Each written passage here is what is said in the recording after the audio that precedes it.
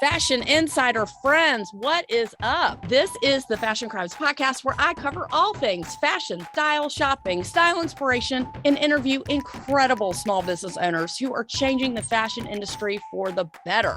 Yes, I'm the best friend you never knew you needed and the poster child for fashion over 40, and I mean way after 40. Say it with me, fashion and style are your friends, not your enemies. I'm Holly Katz, your favorite personal stylist, and let's keep it real, the only Holly you need to know. Turn it up, because I got a lot to say, and I am super stoked you're here.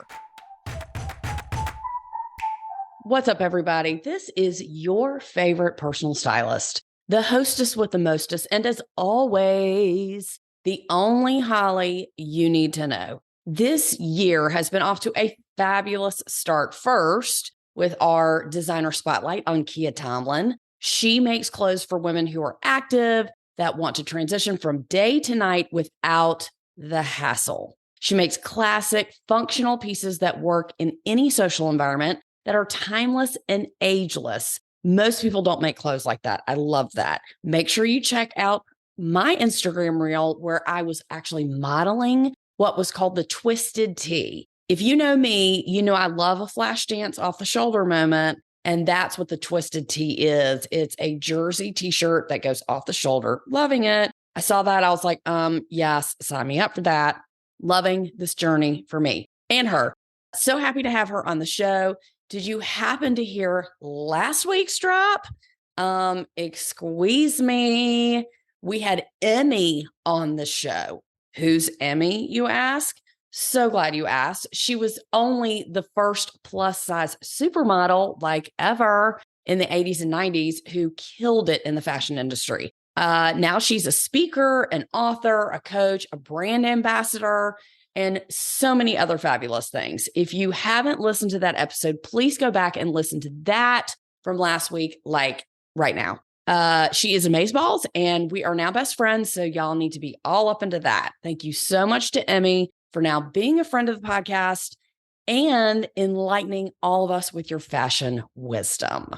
Also, are you new here? If this is your first time tuning in, damn it, welcome, welcome, welcome, welcome.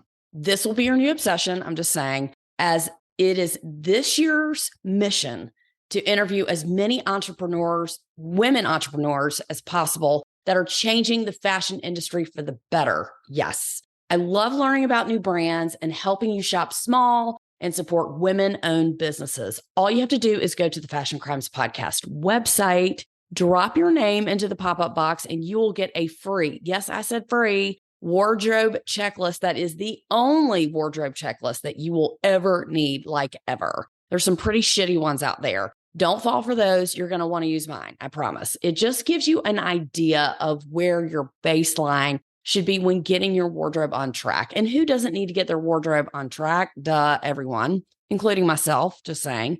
Speaking of wardrobes, this week we're going to talk about the color of the year. So Pantone, if you've never heard of Pantone, is the company that provides everything from global color trend forecasting products and consulting services for anyone in the fashion, design, textile, interior, and product manufacturing. They are the ones who determine what colors will be popular. And of course, the world just follows suit. Everyone from clothing to furniture to carpet to cars, they set the stage for what consumers will be looking for. And more importantly, incorporate color psychology and emotion of a company's design strategy. If you go on their website, Pantone.com, you will be amazed at how detailed color placement and tone can actually be. It goes way beyond paint chips and samples. When fashion companies pick colors for the season, they go through a very extensive process of color labs, color dipping and dyeing, and getting the shades of fabrics exactly correct. Same goes for thread, buttons, zippers, drawstrings, anything else that can actually go onto a garment that can be dyed. When the artwork or the color is incorrect, sometimes garments end up at discount or wholesale places where it doesn't matter what the color is. So Pantone, great and powerful, all knowing of anything and everything that has to do with color, announced the color of the year. So this year for 2023, the color this year of the year is called Viva Magenta. It's kind of like a cross between a rose and a wine color. Pantone states, and I quote, "This year's color of the year is powerful and empowering. It is an animated red that revels in pure joy, encouraging experimentation and self-expression without restraint, and electrifying and a boundless shade that is manifesting as a standout statement." Pantone 18-1750 Viva Magenta welcomes anyone and everyone with the same verve for life and rebellious spirit. It is a color that is audacious, full of wit, and inclusive of all. I mean, wow. We can certainly learn from the colors we gravitate to and the colors we seem to wear most in our wardrobes.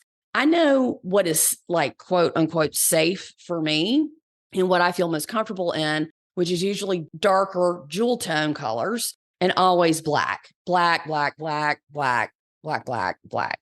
But of course, sometimes it's good to get out of the black zone and wear some color. I wanted to speak about the subject because this is usually a question I get asked more often than not is, what color should I be looking for? Or do I need to only wear certain colors because of my skin tone? Is it true because I'm fair skinned? Does that mean I can't wear pastels? Blah, blah, blah, et cetera, et cetera. Honestly, the truth is you can wear whatever color you want, but whatever color you do wear does affect your mood, and you want to wear colors that bring you to life, not wash you out. So for an example, if you are fair skinned, darker jewel tones are going to really make you pop. If you wear a blush and a blush like super light pink and you are super, super fair skinned, it's probably going to wash you out unless you have very strong hair color. So just be cognizant of your color choices is all I'm saying. This also means that the care and maintenance of your clothes is very important as well. You want to care for your clothes the way that the garment has intended, which will keep the integrity of the color of the fabric looking newer longer, which is the idea. Don't do what I do and just throw the darks and lights in one load. And then Jonathan gets mad at me because his white shorts are not white anymore. Because I'm like, they've been washed 1,000 times with the towels. And he says it still looks dingy. So I am guilty of that. I need to separate my darks and lights. I'm guilty of that. So I'm going to start doing that because I haven't been taking my own advice. Just saying. A common issue that people have with shopping is that they shop for color. They are highly motivated by color. It's their main driving force for buying. Now, I have talked about this before, but it still rings true more than ever. If you are inspired by color, that's great. There's nothing wrong with that, but you can't buy something just because you like the color. Dressing with intention doesn't work that way. And that's what we do is we dress with intention. That's what we're learning here. So the number one fashion crime that people commit is that they don't shop for fit first. When you shop for fit, this means that you have identified your body type, you know what looks best on you, and you buy clothing according to what your body needs to look proportionate. This means you are equal or create the illusion of being equal on the top and the bottom. Where there is no curves, you create them. Where there are problem areas, you work with them. You don't try to hide them. Your clothes fit you well, which make you actually look longer and leaner to the eye instead of hiding behind clothes that are too large or too small. If you need more info on how to dress for your body type, please go back and listen to episode 97, which is how to dress right for your body type. Even if you have listened to this, you might want a refresher on this subject.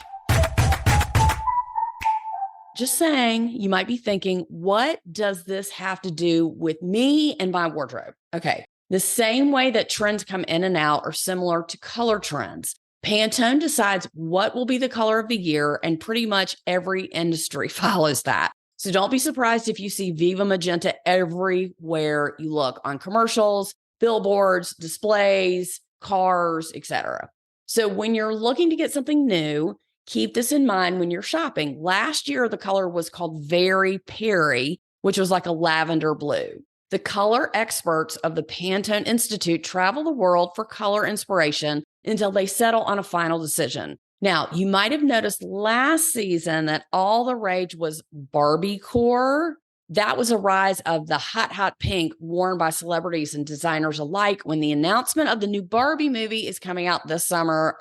Cannot wait. That is going to be amazeballs. And if you were obsessed with Legally Blonde the way I was obsessed, all that color, the hot pink, is back. I would say Viva Magenta is a close cousin to that. So if you listen to episode 118, which of course you did, I hope you did, this episode revealed the formula to the perfect wardrobe, or the start of one, the only wardrobe checklist that you'll ever need. If you haven't listened or downloaded your free wardrobe checklist, yes, I did just say free, then you need to get on that. I have the checklist in front of me, and I want to go over where we can apply Viva Magenta, the color of the year, to your wardrobe.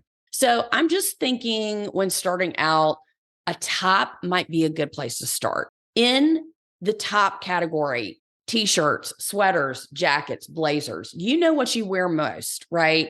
I wear workout clothes a lot. So if I want to apply color, it definitely could be in my workout clothes or my regular clothes. But I know my workout clothes are my solid. That's what I wear at least every single day. Now, when you're introducing a color and this is your first go at something like this, I recommend it being styled one of two ways. First, I would pick something that can be used as a blank canvas, such as a jean or a pant, and then use that specific color on top. For example, the Viva Magenta. Always color to draw attention to your beautiful face, okay? What would be fabulous is if you could find a jacket or a blazer in Viva Magenta and pair it with all navy, top and jeans or slacks. Notice I did not say black and black. You can use black, but how sick would that be with all navy? Amazing. Now, next, you can do a monochromatic situation where you wear the same color on the top and the bottom. Now, mostly I see that in suiting. So like a hot pink suit, electric green suit, a blue suit, like that is really the way to do that. But if you're just sort of trying this out to see if you like it, I would get a pant and a sweater or something like that if you want to try monochromatic. And that way you can break it up if you don't like it together. Or you can do two colors in the same family, which would be like a lighter pink and then a Viva Magenta. For example, let's just say you get a really cool sweatshirt / sweater in that color and then get a darker pink pair of slacks and wear it with a cute boot. That's a great way to keep it in the same family. What I don't want you to do is to get an accessory like a shoe or a scarf and then claim that you're wearing the color of the year. Okay. That's the easy way out. Just jump in and try it. It's just a color. It's not scary. Getting into fashion and elevating your style means actually taking risks. Okay. Not crazy, outlandish costume looking clothing or anything like that. Just try one thing that's out of your comfort zone. Viva Magenta or something close to it. If you fake it till you make it, you're actually going to get more courageous with your style choices. Just saying. Just wait till you see who notices. People I work with, I swear to God, I get texts like, I can't get any work done. Everyone's talking about my shoes. Or I literally just had to shut my office door. Everyone keeps asking about my dress. That's how I want you to feel. That's what I want you to text me and say, OMG, Holly, this colored blazer you made me buy, I have gotten endless compliments on it all day. I am exhausted with compliments. That's what I want to hear. That's a true story too, by the way, from one of my clients. Seriously. Did you know that wearing color can actually clinically improve your mood? According to Psychology Today and the Zoe report, wearing certain colors can actually excite you or calm you down. What is usually known as warm colors like orange and brown and reds are considered colors that can actually make you more energetic and excited.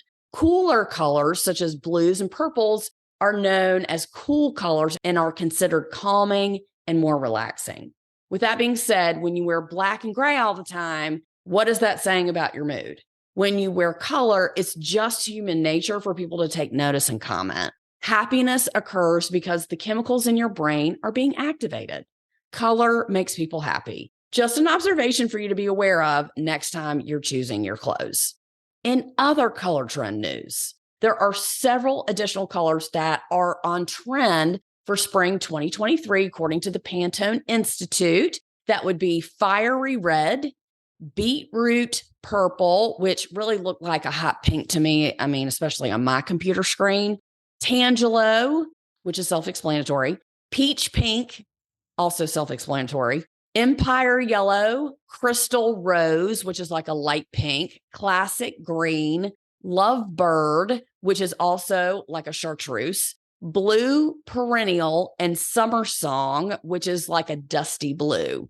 Lucky for you, I have a Pinterest board this week. Yay, just for you, with some fabulous color trends on there so you can be inspired.